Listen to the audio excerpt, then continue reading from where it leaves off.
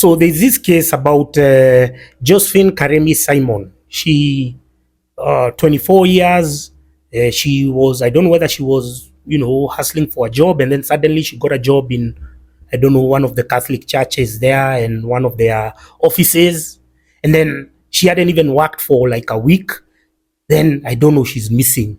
I saw it on Twitter first of all that she's missing. Then I look at her, I'm looking at, she's a very young, energetic, vibrant person. Like, why are we losing young people like this? Yeah. And so she was working there, and then it's a church outfit, and then there's this guy who was working there as a manual laborer there. He's been arrested. I saw an image of him being arrested by the police. But I'm just concerned that her employer, who happens to be a Catholic priest, his nonchalance and his, it's almost like he called the parents, "Oh, I haven't seen your daughter. Where is she? She's not come to the office today." And then the parents were left rushing and pursuing the matter, going to the police, the dad going to the police and whatnot in Embu.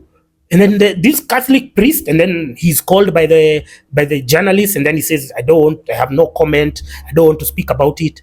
They arrested that guy, but me, if you ask me, that Catholic priest must be, that one must be one of the suspects, because why are you so, you should have been at the forefront leading the search.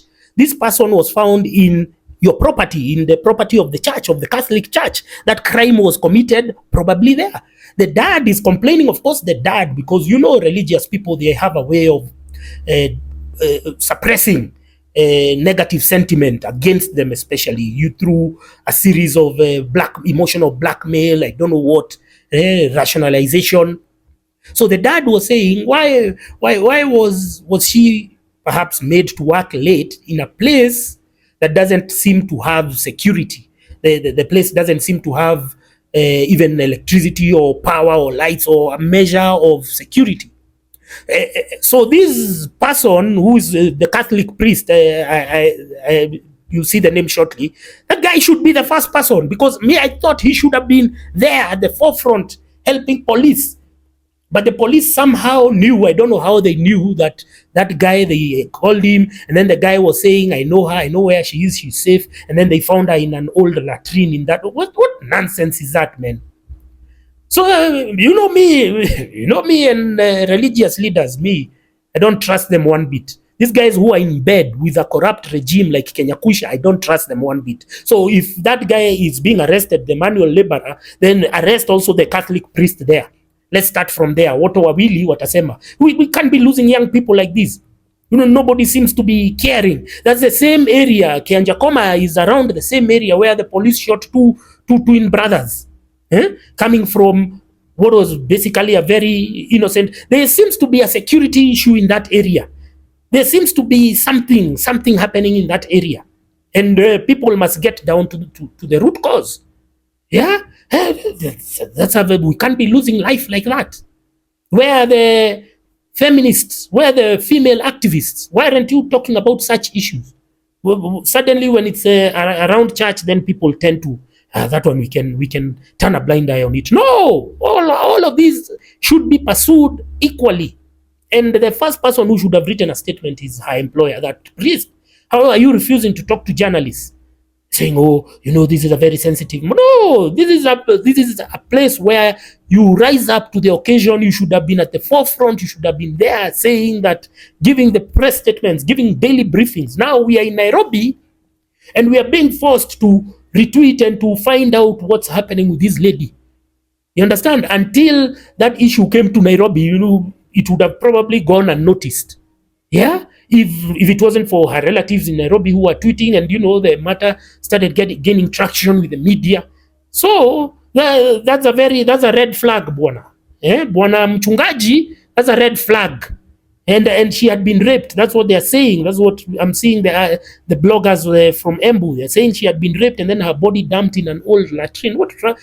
When was the last time we had such barbaric killings? What's happening with the humans these days? This is depravity of highest level. We must that one. So the police, I hope please, I'm just hoping that that priest will also write a statement and tell us why he was having her working in a place with no security. If you're gonna have somebody, if you're gonna employ somebody, at least make it safe, create a safe environment for them to work for you, to spread the gospel. It's crazy, man. And I was having this discussion with my friends, because now we are 40 years. Suddenly, I'm seeing my friends, both male and female, have have become the parents that we did not want to be. The parents who we used to say when we were young, now guys have become that. Guys have morphed into that. It happens so quickly you don't even understand. Because I was having a debate with people with teenage daughters, and we were talking around about the time Shiko Moirore's daughter had been kidnapped. It's amazing. Thank God that she was found alive with her friend. And we were discussing how to avert these scenarios, because at the time her daughter Erica had requested a bolt. First of all, you remember you saw Bolt shaming the victim. They're saying, no, I don't know what this is. You guys are still using Bolt. You guys are crazy. So we had whatever. So we were having this discussion, and I was telling them, if you're parents of teenage daughters, this is what you do. Stop following what everyone else is doing.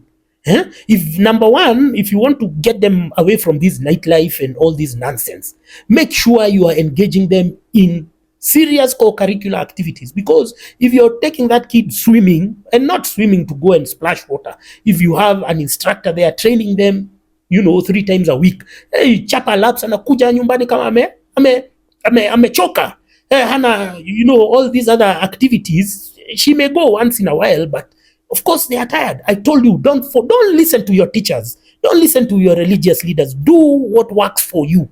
Because the problem with you guys is hard mentality, mob psychology. Hey, who is that? No, do what you're supposed to do. Engage them in meaningful co-curricular activity where they are constantly engaged, and discover their passion. If it's computers, if it's what, you'll find that they'll be so passionate in this activity that they won't have time to constantly, gerrymander here and there. And secondly, if your teenage daughter comes and tells you, I have a boyfriend within her age group, probably classmate, whatever, she tells you, I like this guy, don't be the one to now start lecturing her. Don't be that mother, that toxic mother, sorry to church her. Oh, boys, boys are bad. Make sure you supervise their interactions. In fact, you tell that guy, come when they're having a party, come, so that they don't do things na uko nje. They are there in your supervision, and you automatically co-opt this guy within her age group. This guy, you automatically it becomes like a bro. It becomes like her bigger bro, her protector. You understand? So you have gamed the situation. You have shown her that, number one, it's okay to have a boyfriend, but it's done in whatever. In fact, you can be taking them out, invite them to your place when you're having a meetup or a party or whatever. You take them out, you give her money and tell that boy that you take care of my daughter and bring her back by 3. You do it within measure. You don't have to go all out, because you guys are religious degenerates, following 844 and all these stuff which were concocted by idiots who don't care about you, and you are listening to them. So protect your daughters that way, so that you have a measure. Because you're, instead of getting into constant conflict, you tell her, now you'll be going out once a month, and this once a month, if you want, I can even drop you there, wait for you. People do that. Parents do that. They just don't tell you, because you don't want to unleash her to the vagaries of bad governance like Kenya. Here, the CCTV cameras don't work. The police chasing your cases. You have to be very well connected to have your case pursued. Luckily, Shiko Moirore, also comes with a high profile. But you are there. You have to take measures. Prevention is better than cure. So that's what you do. You correct and be on top of the situation. So don't become that mother who is saying, you can't go out, you can't do this, you can't have... No, but they supervise all those activities. Me, I'm just giving you my 2 cents. You can listen if you want. If If you don't want,